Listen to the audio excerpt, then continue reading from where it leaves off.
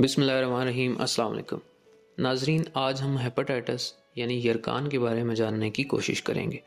کالے اور پیلے یرکان میں کیا فرق ہے، یرکان کی علامات اور اس کے علاج کے بارے میں بھی تفصیل سے جانیں گے۔ ہیپاٹائٹس سے مراد جگر یعنی لیور کی سوزش یا انفلیمیشن ہے۔ اس انفلیمیشن کی کئی وجوہات ہو سکتی ہیں، مثلاً زیادہ تر ہیپاٹائٹس کی وجہ چند وائرسز ہوتے ہیں، جن میں hepatitis A, B, C, D اور ای شامل ہیں۔ یہ سارے وائرسز مختلف قسم کا یرکان یعنی ہیپاٹائٹس کرتے ہیں۔ ہیپاٹائٹس اے اور ای وائرس پیلا یرکان یعنی ایکیوٹ وائرل ہیپاٹائٹس کرتے ہیں۔ اس کے اندر مریض کی آنکھوں کا رنگ اور جلد کا رنگ پیلا ہو جاتا ہے، جس کو میڈیکل کی زبان میں جونڈس کہتے ہیں۔ یہ ہیپاٹائٹس عموماً فضلہ ملے پانی کے پینے سے لاحق ہو سکتا ہے۔ اس میں عموماً مریض نظام انہضام یعنی ڈائجسٹو سسٹم کے مسائل کا سامنا کرتا ہے۔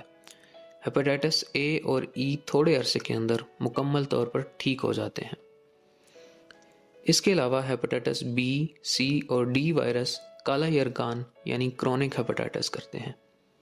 یہ ہیپاٹائٹس عموماً لمبے عرصے تک رہتے ہیں، لیکن شروع میں مریض کو کوئی علامت ظاہر نہیں ہوتی، اور یہ ہیپاٹائٹس ہمارے جگر کو آہستہ آہستہ کر کے خراب کرتا رہتا ہے، اور مریض کو تب جا کر علامات آنا شروع ہوتی ہیں جب اس کا جگر ناکارہ ہو چکا ہوتا ہے۔ اس لیے یہ ہیپاٹائٹس بہت خطرناک ہے اور عموماً جان لیوا ثابت ہو سکتا ہے۔ ہیپاٹائٹس بی، سی اور ڈی عموماً خون سے یا پھر غیر محفوظ جنسی تعلقات سے پھیلتے ہیں۔ اس کے علاوہ باربر یعنی حجام کے آلات ہیپاٹائٹس بی اور سی پھیلانے میں اہم کردار ادا کرتے ہیں۔ ہیپاٹائٹس بی، سی اور ڈی آہستہ آہستہ کر کے ہمارے جگر کو خراب کرتے رہتے ہیں اور سی ایل ڈی یعنی جگر کی دائمی بیماری کا باعث بنتے ہیں، اور اگر بر وقت ان وائرسز کا علاج نہ کیا جائے تو جگر اپنا کام چھوڑ دیتا ہے اور سکڑنا شروع ہو جاتا ہے، جس کو لیور سیروسس کا نام دیتے ہیں۔ لیور سیروسس والے مریض کا وزن کم ہونا شروع ہو جاتا ہے، اس کے پیٹ میں پانی بھرنا شروع ہو جاتا ہے، جس کو اسائٹس کہتے ہیں۔ اس کے علاوہ ایسے مریضوں میں زہریلے مادے جسم سے نہیں نکل سکتے، جس کی وجہ سے یہ زہریلے مادے مریض کے دماغ پر اثر انداز ہونا شروع ہو جاتے ہیں۔ اس کے علاوہ ایسے مریضوں میں پاؤں اور ٹانگوں میں سوجن شروع ہو جاتی ہے، جس کو ایڈیما کہتے ہیں۔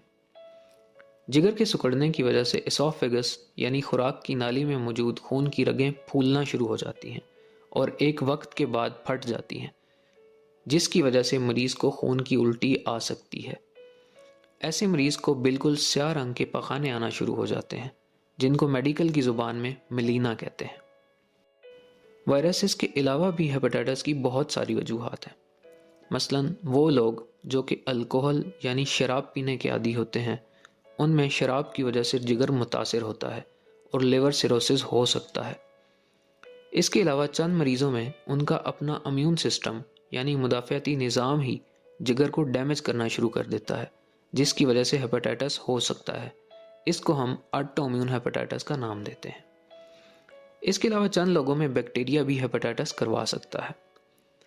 ہیپاٹائٹس کی تشخیص کی بات کی جائے تو اس کے لیے چند خون کے ٹیسٹ ہیں جن سے ہم پتہ لگا سکتے ہیں کہ مریض کو یرکان یعنی ہیپاٹائٹس کا مرض لاحق ہے یا نہیں۔ ان میں سب سے اہم LFTs یعنی لیور فنکشن ٹیسٹ ہیں، جن میں ALT اور AST شامل ہیں۔ عموماً ہیپاٹائٹس کے مریضوں میں ALT اور AST کے لیول بڑے ہوتے ہیں۔ اس کے علاوہ کرونک ہیپاٹائٹس یعنی زیادہ عرصے تک رہنے والے ہیپاٹائٹس کے لیے ہیپاٹائٹس بی اور سی وائرس کے ٹیسٹ کیے جاتے ہیں، جن میں ان وائرسز کو یا ان کے جسم کے کسی حصے کو خون میں چیک کیا جاتا ہے، جس سے یہ تشخیص ہو جاتی ہے کہ اس شخص کو ہیپاٹائٹس بی یا سی کا مرض لاحق ہے یا نہیں۔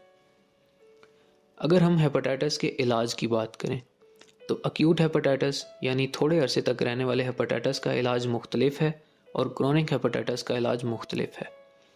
ہیپاٹائٹس اے اور ای وائرس عموماً پیلا یرکان یعنی ایکیوٹ ہیپاٹائٹس کرتے ہیں۔ یہ ہیپاٹائٹس تھوڑے عرصے میں پرہیز اور احتیاط سے خود بخود ٹھیک ہو جاتا ہے۔ اس میں بس مریض کو پانی پینے کا خیال رکھنا ہوتا ہے۔